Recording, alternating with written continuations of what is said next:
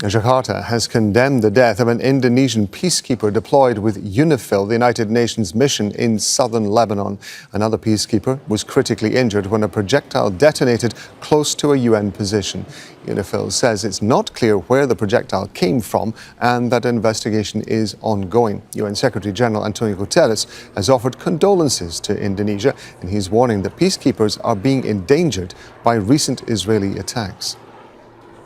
Prime Minister Benjamin Netanyahu has ordered the Israeli army to widen its offensive in southern Lebanon. He says it's meant to bolster security along the border following attacks by Hezbollah.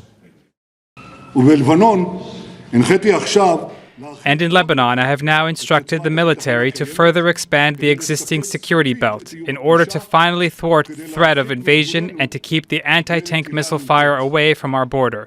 We eliminated thousands of Hezbollah terrorists, and above all, we eliminated the enormous threat of 150,000 missiles and rockets, which were intended to destroy Israeli cities.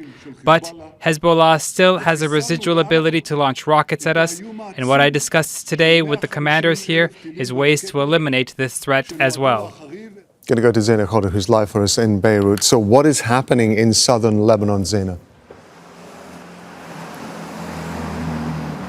Well, the Israeli military is no longer carrying out limited incursions into Lebanon, but a broad offensive is underway. They want to occupy territory up until the Litani River. That is according to the Defense Minister, Israel Katz, who made the announcement, announced the start, really, of the ground offensive last week.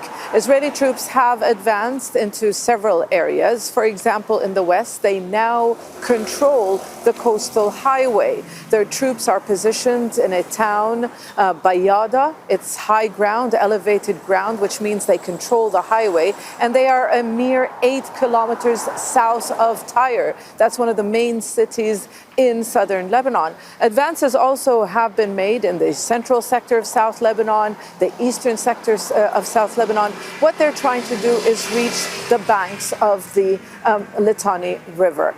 The Israeli military strategy, it's about flanking maneuvers. What they're trying to do is encircle Hezbollah strongholds in southern Lebanon. They're avoiding entering these strongholds, some of them like Bint Jbeil, Beit Leaf. This is where Hezbollah really has a strong presence. So what the Israeli military is trying to do is avoid a war of attrition, besiege these areas, cut the supply lines. Even when they demolish homes, the aim is to prevent Hezbollah from having any structure to stage ground attacks against its troops. But Hezbollah too has a strategy, and what Hezbollah wants is to bog down the Israeli army in a war of attrition. It has been targeting their troops in southern Lebanon, in South Lebanon villages. But this war has just begun.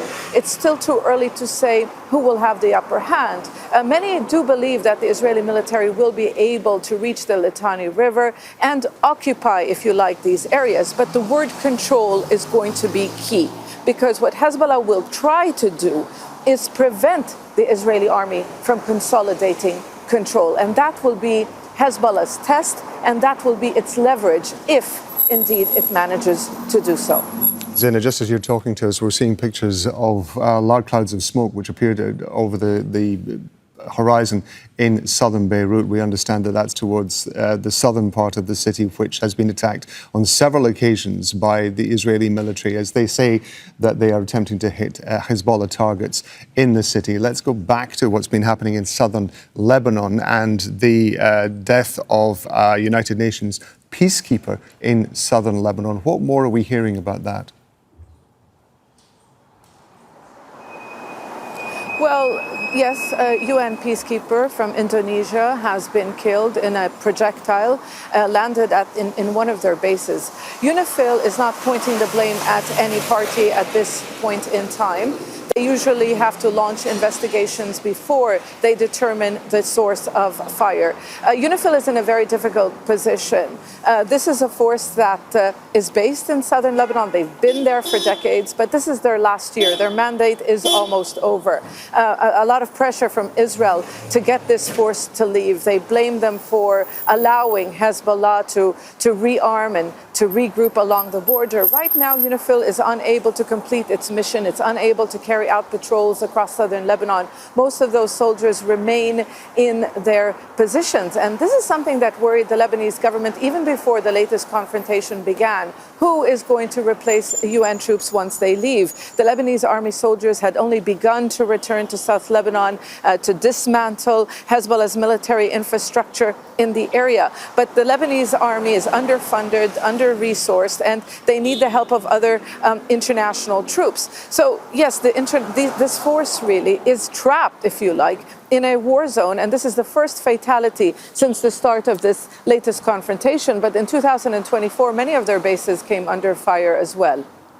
Zeina, just as you're talking to her, we're looking at some more of these pictures that are coming out of southern Beirut, and the clouds of smoke do seem to be quite significant. That doesn't yet tell us how big the explosion was or what it may have hit. But just talk us through why particularly these areas are being attacked. I think this is in the area of Dahieh in southern Lebanon. Excuse me, in Beirut. Yes, approximately an hour ago, the Israeli military issuing yet another forced evacuation order from those neighborhoods in Beirut's southern suburbs.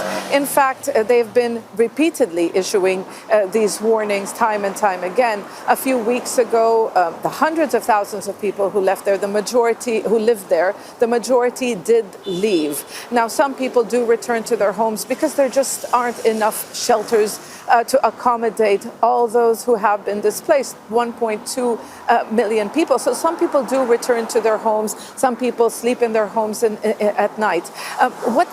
Many will say there are no military targets left in this area. This is just about collective punishment, and this is about, putting pressure on Hezbollah supporters to turn against the group and ensuring that Hezbollah supporters cannot return home. Because what Israel wants is for Hezbollah to agree to disarm, something that the group is refusing to do so, something that the Lebanese government is still reluctant to do because it is worried that it could spark internal strife. So Israel's airstrikes and even the ground invasion is part of a maximum pressure strategy. At the end of the day, the Israeli military knows it can take ground in southern Lebanon, but like what happened for 18 years, from 1978 till the year 2000, they came under near daily attacks from Hezbollah, and it became a very costly operation. So all these attacks, what you are seeing now, is part of a pressure campaign. The Israeli military knows that by these strikes, you cannot, it's not enough. You need boots on the ground to really disarm Hezbollah. And right now, they don't have a partner in Lebanon to do that. Zeina, for now, thank you very much indeed. Zeina Khodr there in Beirut. Just to remind viewers who are just joining us, we're seeing pictures of what we believe has been a strike, an explosion in southern Beirut. We understand it may be in the Dahieh region. Zeina was just describing to us the nature of the attacks that have been going on by Israel to this part of Beirut for several weeks now. Israel is saying that it is attempting to hit strongholds held by Hezbollah in southern Beirut. As you can see there, the streets are very narrow. The buildings are very close together, so that the impact of that strike may well have hit other buildings in the area as well. We'll find out more information about what's going on, and we'll bring it to you as soon as we get it.